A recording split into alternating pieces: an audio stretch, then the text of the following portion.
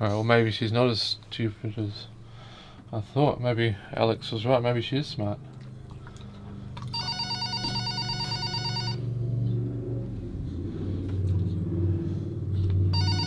You gonna get that?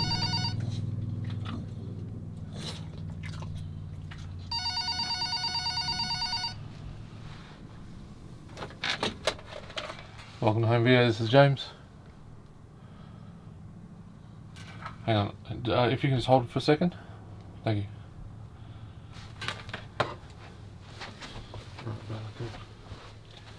Good girl. Come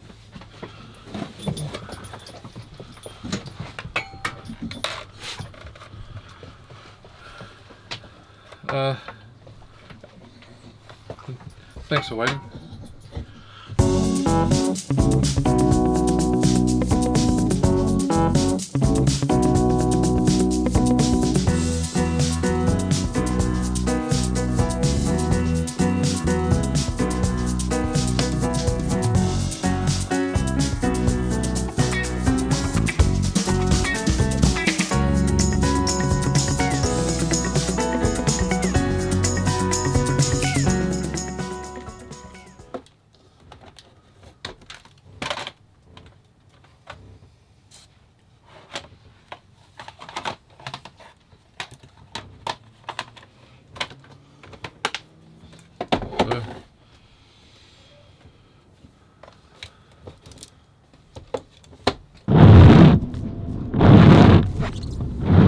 Yeah, I've been meaning to get those fixed, but you know.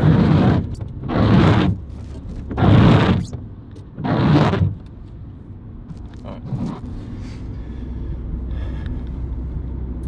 So where was I? Yeah, so I got another audition, guys. Well, this is actually like a kind of similar to like an Australia's Got Talent. Be interesting though, because they'll tell me there on the spot whether I go through the next round, and that way, you know, my time's not wasted, their time's not wasted. But yeah, you know, I got a couple of things I can do. I got my Christopher Walken impression. I got a Richard Burton one, and I got a Meryl Streep one as I can do as well. I'm not sure how that one will go, but I'm thinking like Sophie's Choice. You know, the bit where she gets, you know, her kid yanked away from the German soldier. You know, I can slap on the tears and see how it goes. Ralphie enjoys manning the store and the phones, and he's on the computer there a lot of the time.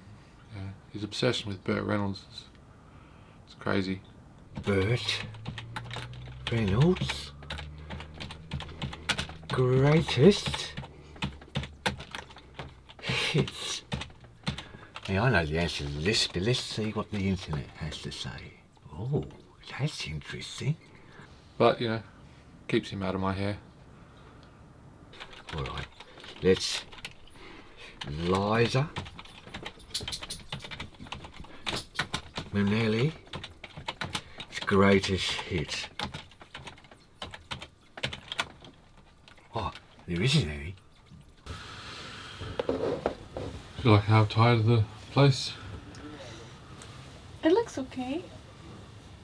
What, you've tidied the whole thing, or just? Well, kind of, yeah, sort of. I've, you know, just arranged it a little bit better. Oh, I guess I can see that looks. Yeah, that's a good job. Yeah. Yeah, it looks a little bit better. So.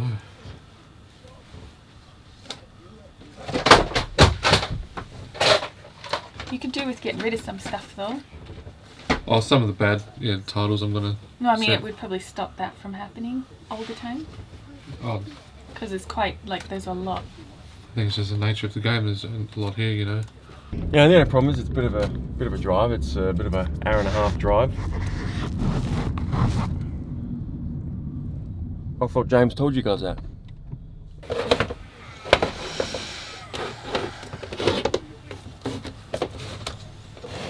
So how's business? Yeah, it's going okay. Nothing much to report, really. What about you? You know, I started this new YouTube channel called Video Store Stories.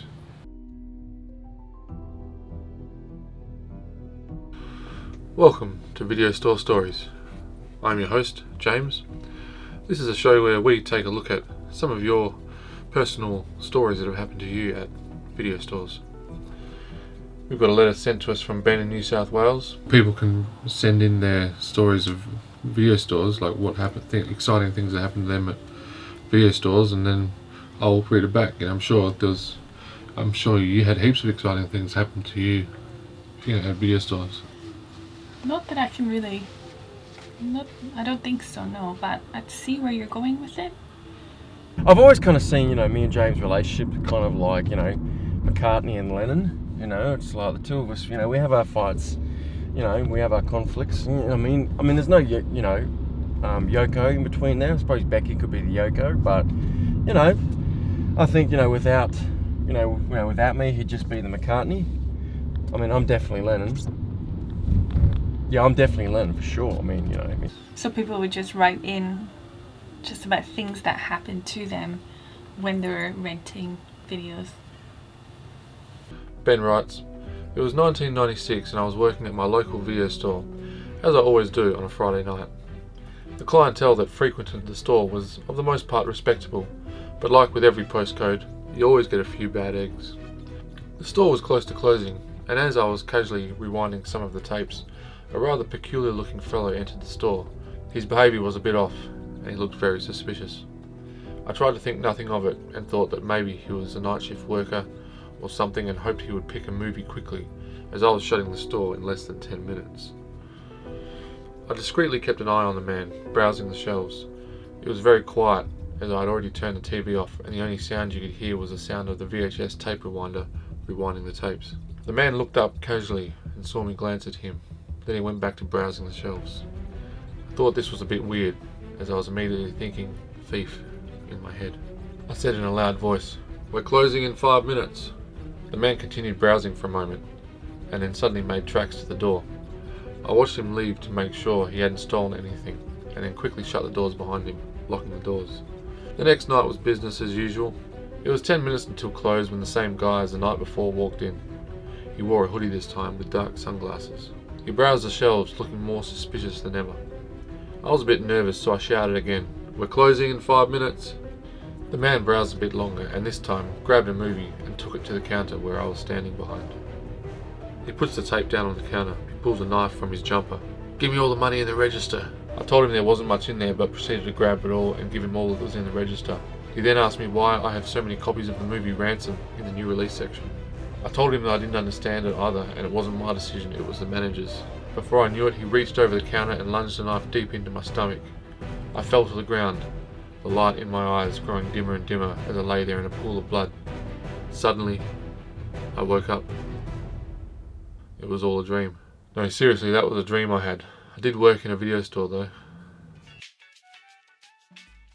And then suddenly the lead character wakes up and realises it was all a dream. Don't make the listener or watcher endure cheap ass cliches, because we've heard this story so many times before. Thanks to that, Ben. I feel like I've wasted a whole bunch of time. The audience has definitely had their time wasted. Thanks for watching Video Store Stories. I'm your host, James. I'll see you next time. Yeah, so stories that happen to them. I've got a story I could tell you if you want to hear it. For example, Well, is it long? It's not too long. It's a story that's what happened to you in a video store? Yeah. Okay, cool, yeah. Alright. Well, this was actually a story that happened to me. This was before I had the video store. This was, I was a lot younger. But, I went into the video store and, I picked a couple of movies out. And I went up to the counter there, and it was a big line actually, because it was actually really busy. There was a lot of people in the store, and there was a lot of commotion. This is around Christmas time as well. The old woman in front of me, she had quite a few tapes up on the counter there, and she turned around and she looked at me, and she's just staring at me. She turned back around, and then she was turned back around, staring at me again. I didn't really know what to make of it, but she ended up saying to me, I looked like her son, and that her son had died, in the war, 20 years ago. And What war? I think it was, I don't know, Vietnam War or something like that. Wow. I'm Video Store, this is Ralphie.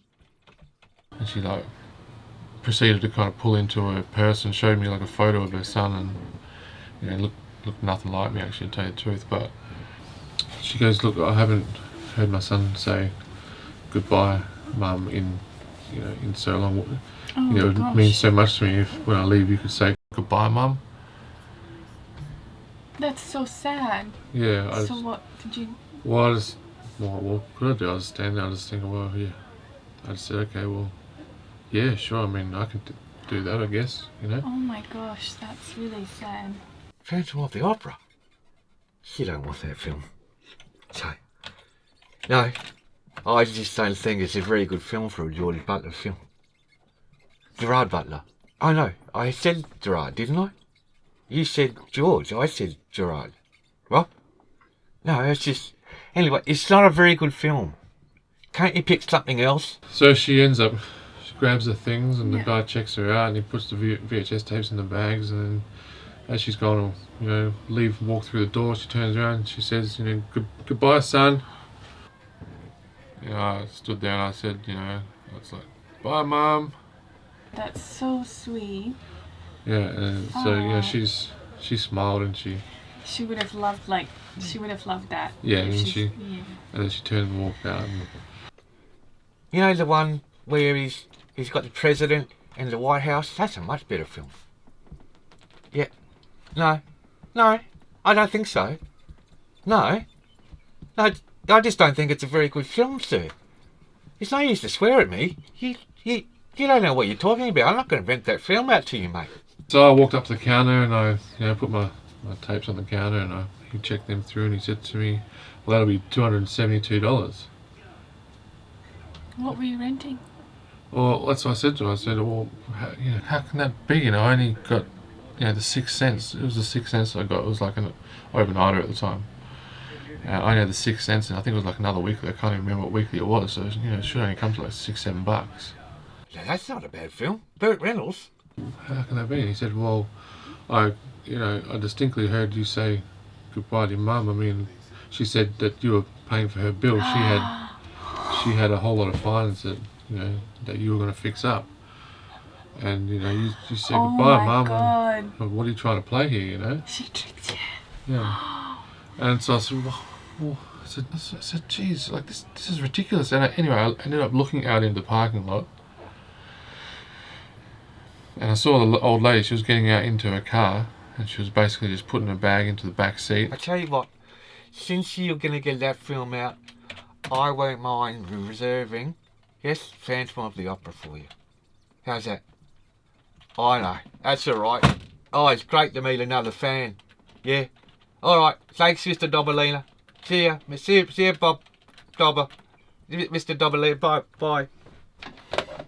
So I ran out there as fast as I could. I ran out in the parking lot, and she was just getting into her car. And she just had like a little bit of a leg sticking out of the car, and I grabbed a hold of her leg and I started pulling it, like the way I'm pulling yours. What do you mean? So you pulled her leg and then did you pay for the bill? Is that what you're saying, or? No, like pulling your leg. It's like a phrase, like for having a laugh, having a joke. So you're saying that story was a joke? Well, that was the idea of the joke, yeah. Far out, James. That was really long. Why did you just waste like 5 minutes of my time telling me that? So it's just there, guys. So we're gonna go park it somewhere. So I have to get back over here. That is the worst story I've ever heard. See you guys soon. Well, you try telling a story then. I Like can a tell a story great that- story. A good one. Yes, I got one for you. You think you're a storyteller? No, I just know a good story. I've known this story for a long, long time, James. Well, go on then. Let's hear it. Okay, it's about this man. He has this video store, right? Can't make a living. He's always complaining. He's partly depressed. It's a sad story, really, James. It's about this man who can't let go of the past. Time's moved on. He's just standing still, James. See? What do you think of the story so far? What's ordinary? You're telling me. So, anyway, so this person who owns this store has it in their house, James. Yeah, exactly. So they got this video store in their house, and they're trying to make a living, but it's not really working out, but he can't see that. Well, I can see that it's not working out.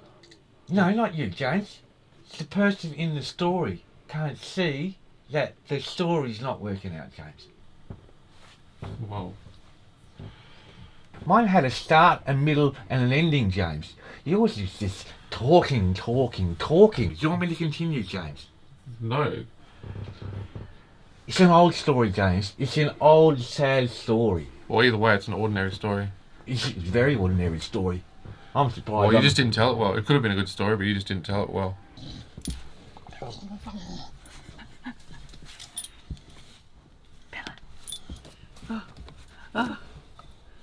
Touch me! Touch me! Touch me! She's very heavy. So you haven't even watched Lord of the Rings? Well, I've watched it. Like, I've sat in front of it while it's playing, but I haven't really, taken it all in. It's very lengthy.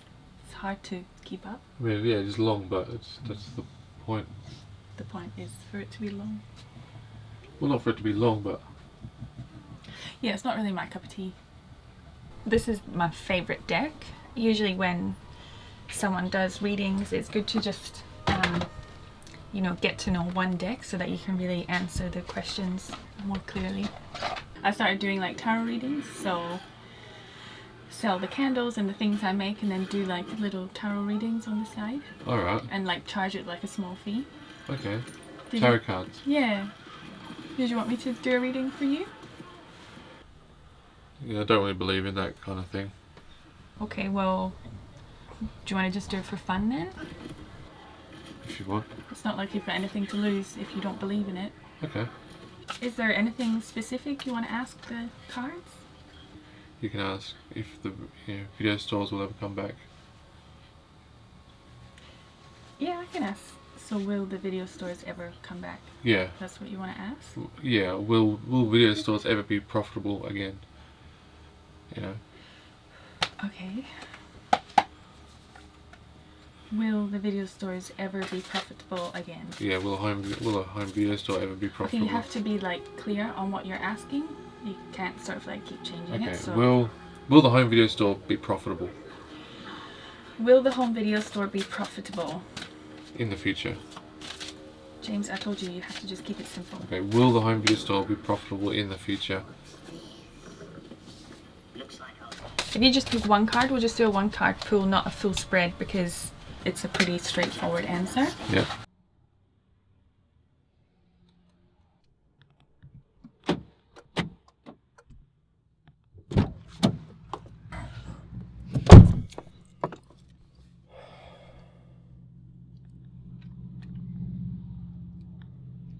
So,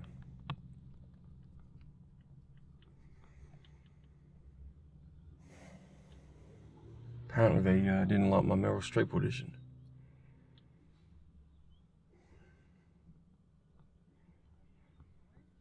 So you just pick which card you feel drawn to, and you can look at it.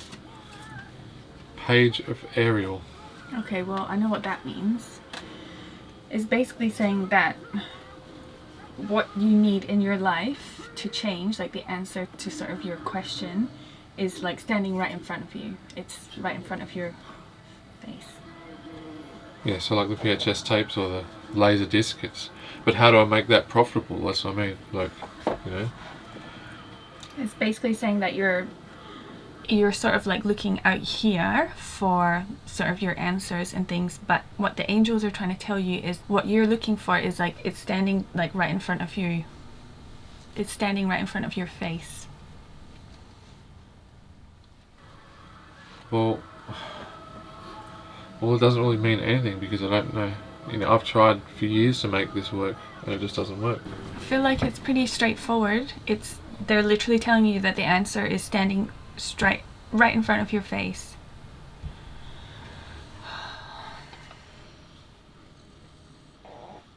Well, it's a bit vague, isn't it? I mean, do you think it would be that hard just to have one person say, "Hey, good job"? No. I've got some things to do, so I guess I'll see you a bit later then. Alright, I'll see you. See you, Becky.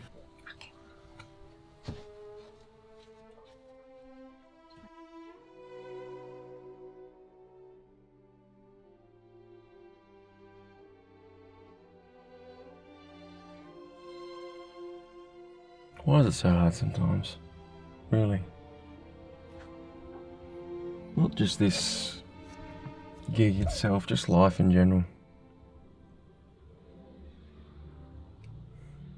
So you're constantly just climbing that hill and suddenly someone comes along. Get back down. Get back down.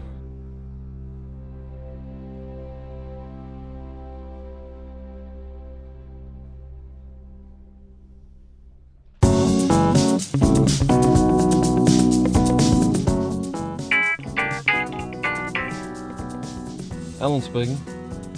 Oh, I didn't get the part.